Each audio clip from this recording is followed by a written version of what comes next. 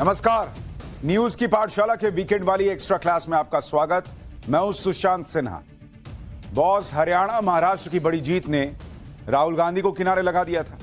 दिल्ली की हार के बाद केजरीवाल सन्नाटे में, और अब सवाल यह है कि क्या मोदी शाह का नेक्स्ट टारगेट बंगाल है और क्या अब ममता बनर्जी का सिंहासन हिलने वाला है। दरअसल पिछले दिनों संघ प्रमुख मोहन भागवत बंगाल में थे। बंगाल में उनका 10 दिन का प्रवास था। मोहन भागवत ने बर्दवान में रैली भी की। 16 फरवरी को बर्दवान में होने वाली संघ प्रमुख की रैली में अड़ंगा लगाने की कोशिश का आरोप बंगाल पुलिस पर लगा। मामला कोलकाता हाईकोर्ट गया। हाईकोर्ट ने रैली की इजाजत दी, तब जाकर रैली। यहीं से सवाल उठा कि आखिर संघ की शक्ति से दीदी को दिक्कत क्यों हो रही है। क्या इसलिए क्योंकि ममता बनर्जी समझ गई है कि मोदी शाह और आरएसएस की तिकड़ी महाराष्ट्र, हरियाणा और दिल्ली में जो खेला कर चुकी है, अब वही बंगाल में करने का प्लान कर रही है। आज इस पर विस्तार से बात करेंगे। पहले यह रिपोर्ट देखिए।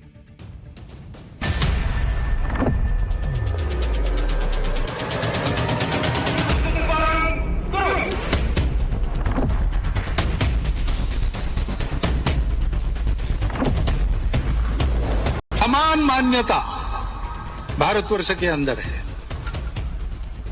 उसके कारण भारतवर्ष एक है।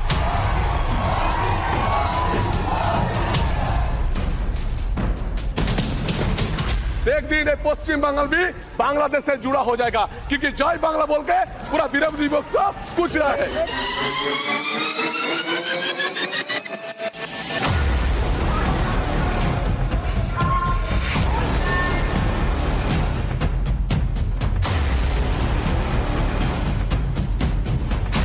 মহাকুম্ভ আমি নাইবা বললাম, ওটা এখন মৃত্যু কুম্ভ হয়ে গেল।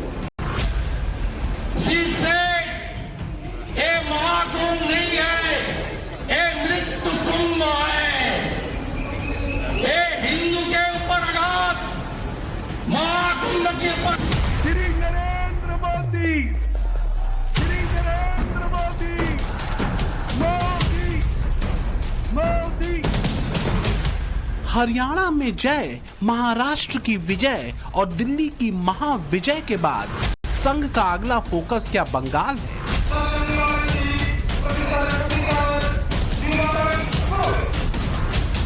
ममता दीदी के 15 साल के शासन के सूर्य का अब संघ की रणनीति से क्या अवसान होगा? मनुष्य अगर परिस्थितियों का दास है तो बंगाल से बाहर की परिस्थितियां और बंगाल में भीतर की स्थितियां क्या कोई संकेत दे रही है? खासकर तब जब गठबंधन के तमाम पैतरों के बावजूद महाराष्ट्र में बीजेपी को प्रचंड जीत मिली हो, बीजेपी हरियाणा का दुर्ग बचाने में सफल रही हो, और जब 15 साल पुरानी केजरीवाल की सत्ता खत्म हो चुकी। जोरदार तालियों के साथ।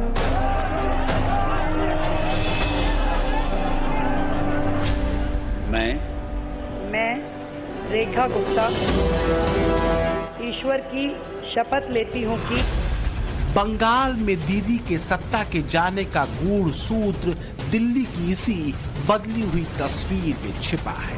दिल्ली का राजनीतिक अध्याय अगर बदला है तो बदलाव के इसी संकल्प की धमक कुछ दिनों पहले बंगाल में भी सुनाई दी है।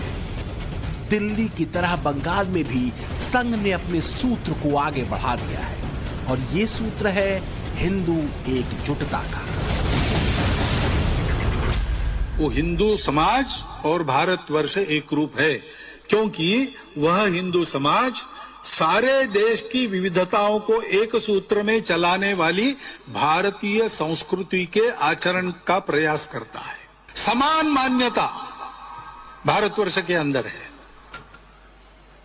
उसके कारण भारतवर्ष एक है। उस बात को आज हम कहते हैं तो लोग कहते हैं आप हिंदुत्व बोल रहे हो, आप हिंदू हो। इस हिंदू समाज को संगठित करना है। ममता को संघ का यही संकल्प कितना परेशान कर रहा है, इसका अंदाजा आप इस बात से लगा सकते हैं कि ममता बनर्जी सरकार ने आरएसएस की रैली को अनुमति नहीं दी। इस पर संघ ने कोलकाता हाईकोर्ट का रास्ता खटखटाया था, जिसने उन्हें रैली की इजाजत दी। ये बताता है कि दिल्ली का तख्त बीजेपी के हाथ में जाने और वहां संघ की भूमिका को देखने के बाद दीदी बंगाल में अपनी सत्ता पर आसन्न संकट को भांप चुकी है। क्योंकि बंगाल में फिलहाल बीजेपी को जीत की आस इसलिए ज्यादा दिख रही है क्योंकि ममता के खिलाफ एंटी इनकम्बेंसी है, हिंदुत्व का मुद्दा है, लोकल नेताओं की मजबूत कतार है और सबसे अहम बात वो ये कि बंगाल में संघ भरपूर एक्टिव है। हरियाणा, महाराष्ट्र और अब दिल्ली चुनाव जीतने के बाद आरएसएस के फोकस पर पश्चिम बंगाल है।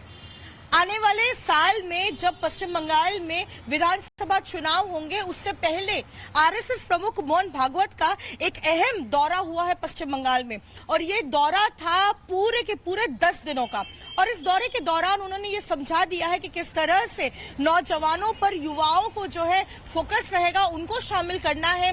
एज ग्रुप 14 से लेकर 40 तक जो है उन लोगों को टारगेट किया जाएगा और उनको जो है शामिल किया जाएगा और उनकी हिस्सेदारी जो है बढ़ाई जाएगी आरएसएस में।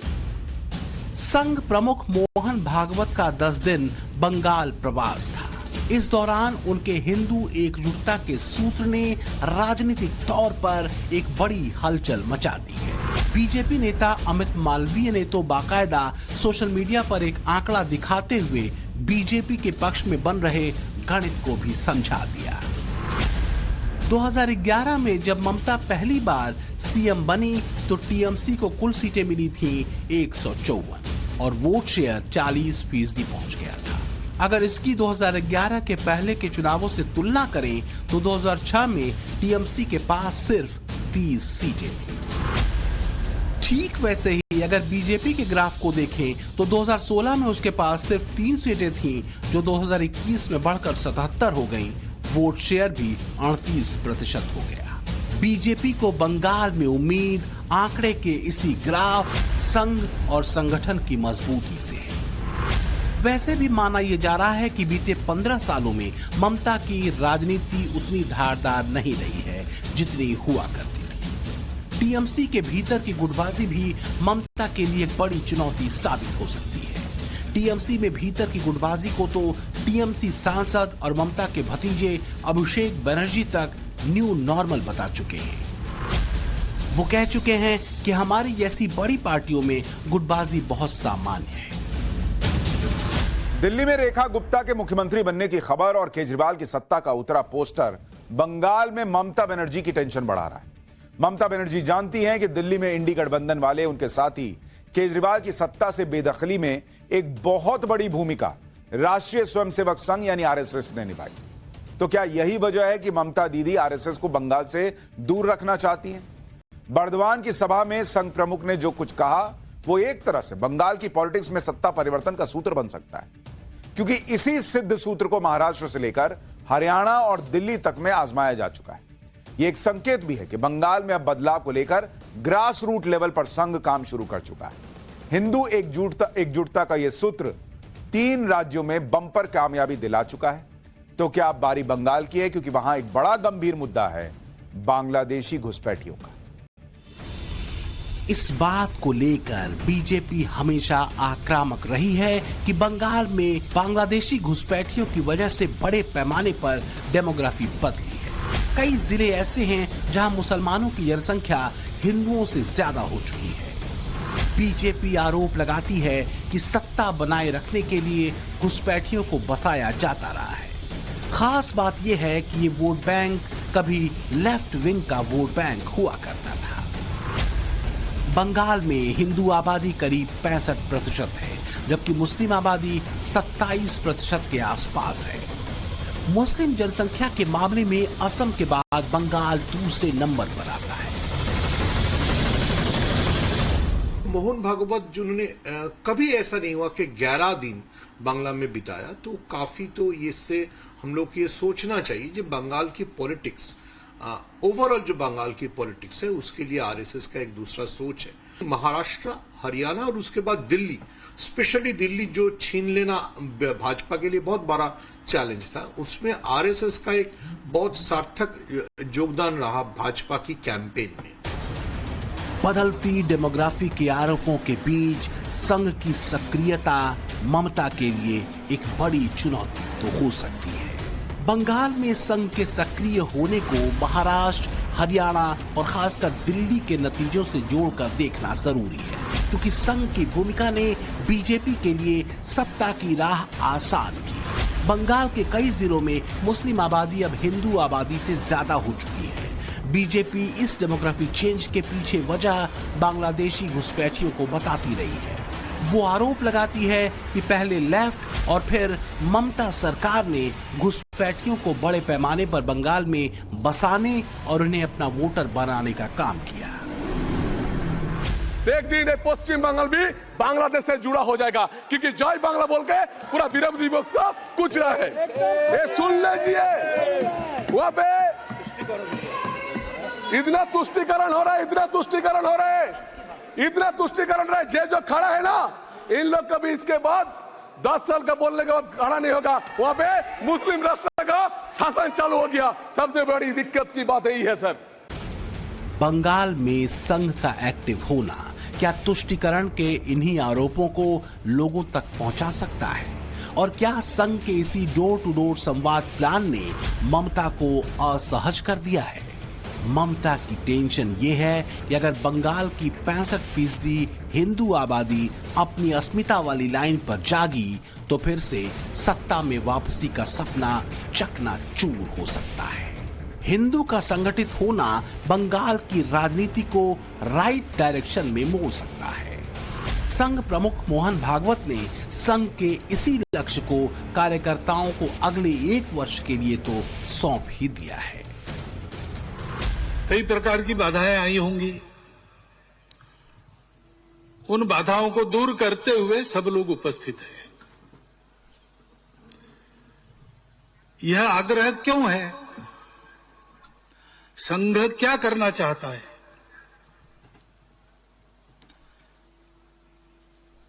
तो एक वाक्य में इस प्रश्न का उत्तर देना हो तो संघ संपूर्ण हिंदू समाज का संगठन करना चाहता है। हिंदू समाज का संगठन क्यों? क्योंकि इस देश का उत्तरदायी समाज हिंदू समाज है।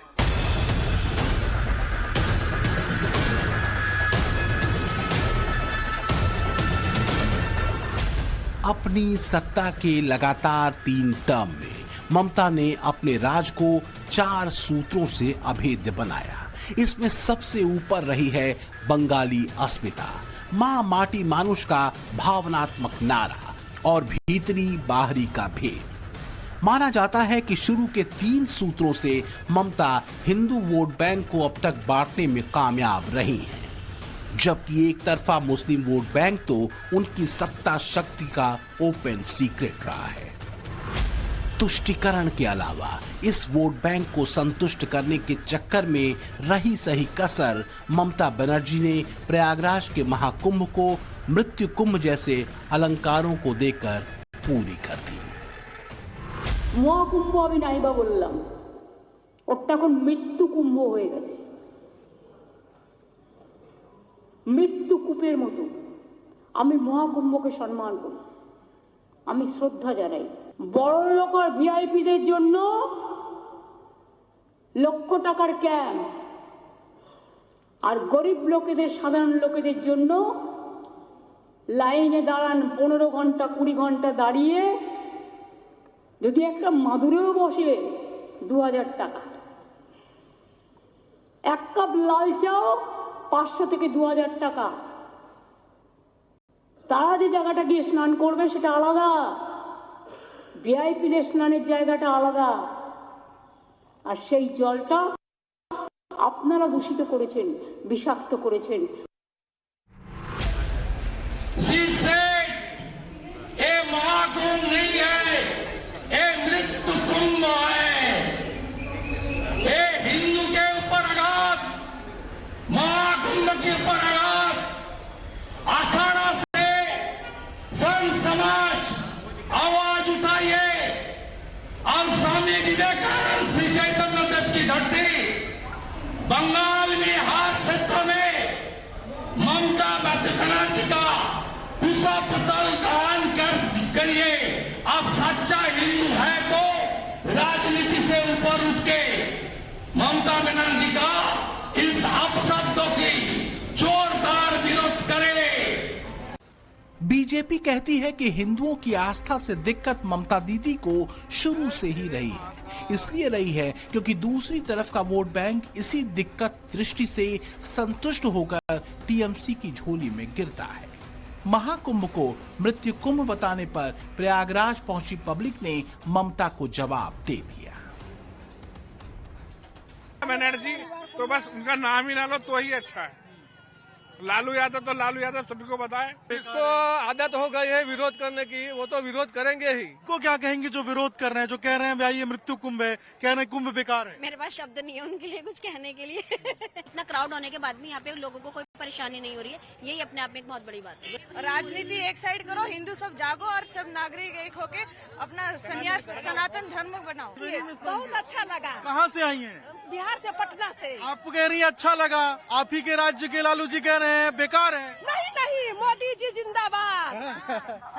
आप जिंदाबाद। हम पुलिस से आए, महाराष्ट्र से आए हैं, स्नान भी हमारा अच्छे से हुआ, सब हो गया। बस ऐसे ही स्वर और हिंदू एकजुटता ममता की नींद हर लेती है। अगर यही एकजुटता बंगाल में हिंदू वोटर्स के बीच उतर गई तो 2026 में मुश्किल हो सकती है। ममता ये नहीं चाहती और संघ यही चाहता है। संघ की स्थापना के शताब्दी वर्ष में बंगाल दुर्ग पर संघ के हिंदुओं के संगठित होने के सूत्र के साथ बीजेपी भगवा फहराना चाहती है। आज हम इस बात पर भी गर्व करेंगे कि महाराष्ट्र की धरती पर मराठी भाषी एक महापुरुष ने 100 वर्ष पहले राष्ट्रीय स्वयंसेवक संघ का बीज बोया था। आज ये एक वटवृक्ष के रूप में अपना शताब्दी वर्ष मना रहा है। हिंदुओं की एकजुटता की बात बंगाल की जमीन पर पहली बार हो रही है, ऐसा नहीं है। जनसंघ के संस्थापक श्यामा प्रसाद मुखर्जी भी बंगाल से ही आते थे। राष्ट्रीय स्वयंसेवक संघ के सरसंघचालक गुरु गोलवलकर जी के परामर्श से ही श्यामा प्रसाद मुखर्जी ने 21 अक्टूबर 1951 को राष्ट्रीय जनसंघ की स्थापना की। लेकिन स्वाधीनता के बाद बंगाल में बढ़े वामपंथी प्रभाव ने संघ के असर को कम किया। लेकिन बीते 10 सालों में बंगाल के भीतर आरएसएस ने अपनी शाखाओं का विस्तार किया है। युवाओं का झुकाव राष्ट्रवादी धारा और हिंदुत्व की तरफ बढ़ा है। आज कई क्षेत्रों में शाखाओं की संख्या दोगुनी हो चुकी है। दक्षिण, मध्य और उत्तर बंगाल में संघ एक्टिव है। 2011 में पूरे बंगाल में संघ की 530 शाखाएं चलती थीं। आज सिर्फ दक्षिण बंगाल में संघ की 815 शाखाएं एक्टिव हैं। पूरे बंगाल में 3500 से ज्यादा संघ के कार्यकर्ता हैं। पिछले कुछ वर्षों में हमने देखा है किस तरह से पश्चिम बंगाल में जो शाखाएं हैं आरएसएस की, उनकी संख्या न सिर्फ बढ़ी है लेकिन दोगुनी भी हुई है। मूल तौर पे 3 हिस्सों में बटा हुआ है आरएसएस पश्चिम बंगाल में, क्योंकि दक्षिण बंगाल है एक हिस्सा, उत्तर बंगाल है और मध्य बंगाल है। लेकिन अगर दक्षिण बंगाल की ही बात करें तो अब तक जो है यहाँ पर 815 एक्टिव शाखाएं हैं, जहां पर हर रोज जितने भी एक्टिव सदस्य हैं आरएसएस के वो उसमें जाकर शामिल होते हैं। और अगर पूरे राज्य की बात करें तो अब तक जो है 3500 से ज्यादा एक्टिव मेंबर्स हैं जो हर रोज शाखाओं में शामिल होते हैं। उसके बाद उनकी जो मंडली होती है उसमें भी वो शामिल होते हैं। लेकिन मोहन भागवत के इस दौरे के दौरान जो है ये साफ हो गया है कि आरएसएस का फोकस अब जो है पश्चिम बंगाल पर है। तो क्या ममता जमीन पर बदलती हवा का रुख समझ रही हैं? दिल्ली में पीएम मोदी के धुर विरोधी केजरीवाल की सत्ता से बेदखली के बाद ममता इंडी गठबंधन का वो चेहरा है जो सीधे पीएम मोदी और संघ के हिंदुत्व पर तीखे हमले करती है। लोकसभा चुनाव में भले ही सीटों के हिसाब से बीजेपी को कोई खास सफलता बंगाल में न मिली हो, लेकिन अगर 2019 और 24 के लोकसभा चुनाव में बीजेपी को मिले वोट प्रतिशत को देखेंगे तो उसे ज्यादा नुकसान हुआ नहीं दिखता। 2019 में बीजेपी को 40% से कुछ ज्यादा वोट मिले थे, जबकि 2024 के लोकसभा चुनाव में 39% वोट मिले, यानी 1% कम। संघ लगातार बांग्लादेश के हालातों का जिक्र करते वहां के हिंदुओं पर हो रहे अत्याचार को लेकर एक चेतना बंगाल में खड़ी करना चाहता है। इस बंगाल में हिंदुओं की स्थिति दिन प्रतिदिन खराब होते जा रहा है। इसके विरोध में सिर्फ स्वयंसेवक ही बोलते हैं, राष्ट्रीय स्वयंसेवक संघ बोलते हैं। इसलिए किसी का व्यापार बंद होने वाला है। जिसके व्यापार बंद होने वाला है उसको लगता है जो संघ के विरोध करना चाहिए। यहाँ पे ममता बनर्जी सब धर्म के समान रूप में सम्मान कर रहा है। सब लोग उनका धर्म पालन करने का अधिकार है। तो आई थिंक ये Bhajpa leaders and RSS leaders वो लोग पूरी तरह मिस इन्फॉर्म्ड है। इसीलिए उनको जो फोकस, उनका जो लाइनअप, उनका जो प्रोग्राम्स वो कोई काम पे नहीं होगा। तो क्या ममता जानती हैं कि संघ की बढ़ती सक्रियता को अब हल्के में नहीं लिया जा सकता? एक तरफ ज्यादा झुकना कहीं दूसरे तरफ के लोगों में कोई गहरा असंतोष तो नहीं बना रहा? अगर संघ इस बात को लोगों तक पहुंचाने में कामयाब हुआ तो बाजी पलटते देर नहीं लगेगी। बीजेपी का पास रुपया लेके और वो कहते हैं कि मुस्लिम को वोट तोड़ देंगे। हम बोला तुम्हारा इतना हिम्मत नहीं है कि तुम बीजेपी को लिए तुम मुस्लिम का वोट तोड़ देंगे। हम आज वादा करें, पूरा देश भर फैसला कीजिए और जितना भी आपको आदमी बाहर में काम करते हैं और 24 का चुनाव में सबको आना चाहिए, सबको वोट देना चाहिए। एक तरफ संघ की बढ़ती पैठ और दोगुनी होती शक्ति, दूसरी तरफ बीजेपी के स्थानीय नेताओं का सदन के भीतर और बाहर आक्रामक रुख ममता को बेचैन कर रहा है।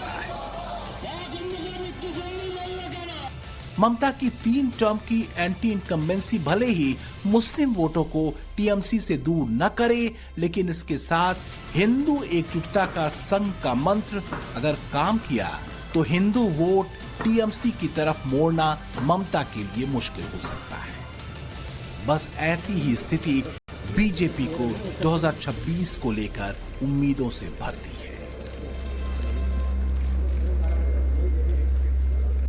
चुनावों से पहले बंगाल में संघ एक्टिव हो चुका है। सूत्रों के मुताबिक अगले 1 साल तक संघ के स्वयंसेवकों को दोगुनी शक्ति से सक्रियता बढ़ाने के लिए कहा गया है। जहां आरएसएस की स्थिति कमजोर है, वहां पर और मजबूत होने का प्रयास करने के लिए कहा गया है।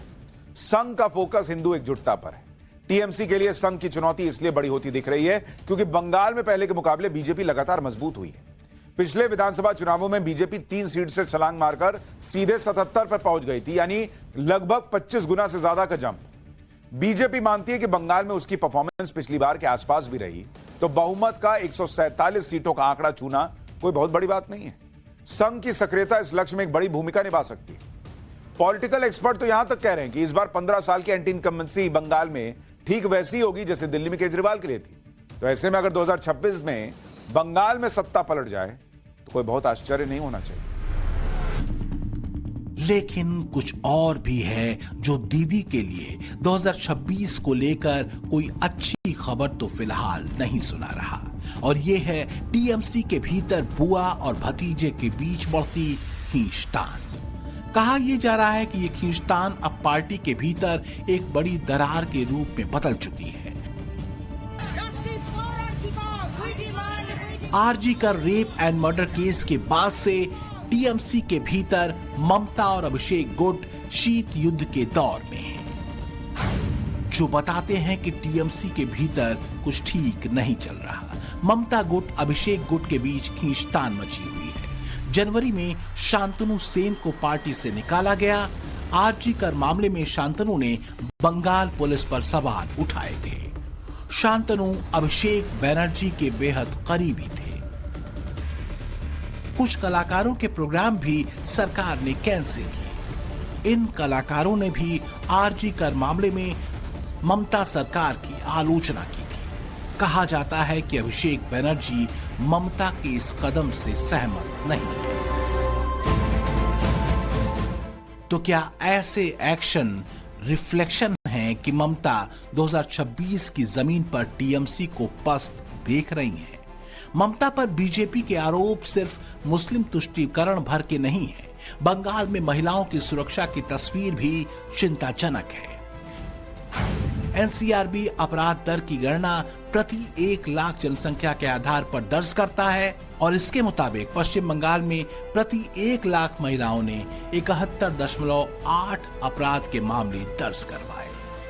यह आंकड़ा उत्तर प्रदेश और बिहार जैसे राज्यों से ज्यादा था।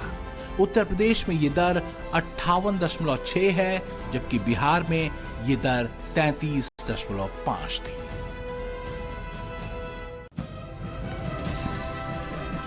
चुनावों के 1 साल पहले संघ का कमर कसकर बंगाल के मैदान में कूदना, टीएमसी के भीतर की खींचतान और बीते 10 सालों में बंगाल में तैयार हुई बीजेपी के संगठन और आक्रामक नेताओं की फौज, ममता बनर्जी के लिए ट्रिपल टेंशन की वजह हो सकती है। हालांकि 2024 लोकसभा चुनावों के नतीजों के बाद तृणमूल कांग्रेस ने ऐलान किया है कि वो बंगाल में अकेले दम पर ही चुनाव लड़ेगी। बोल ही दिया ना दीदी ने, और हम लोग तो अकेले ही लड़े हैं। 26 तो अभी 1 साल बाकी है। हम लोग 21 में अकेले लड़े हैं, हम लोग 24 में अकेले लड़े हैं, हम लोग 19 में अकेले लड़े हैं, हम लोग 14 में अकेले लड़े हैं, हम लोग 16 में अकेले लड़े हैं। और अकेला लड़के हम लोग शानदार प्रदर्शन किया है, तो अकेले लड़ेंगे। दिल्ली में अकेले तो केजरीवाल भी लड़े थे, हरियाणा में भी कांग्रेस अकेले ही लड़ी थी, महाराष्ट्र में सब मिलकर लड़े थे, लेकिन कुछ न हो सका। खास बात यह है कि इन तीनों ही राज्यों में आरएसएस की सक्रियता और हिंदू एकजुटता के मंत्र को बीजेपी विजय का बड़ा सूत्र माना गया।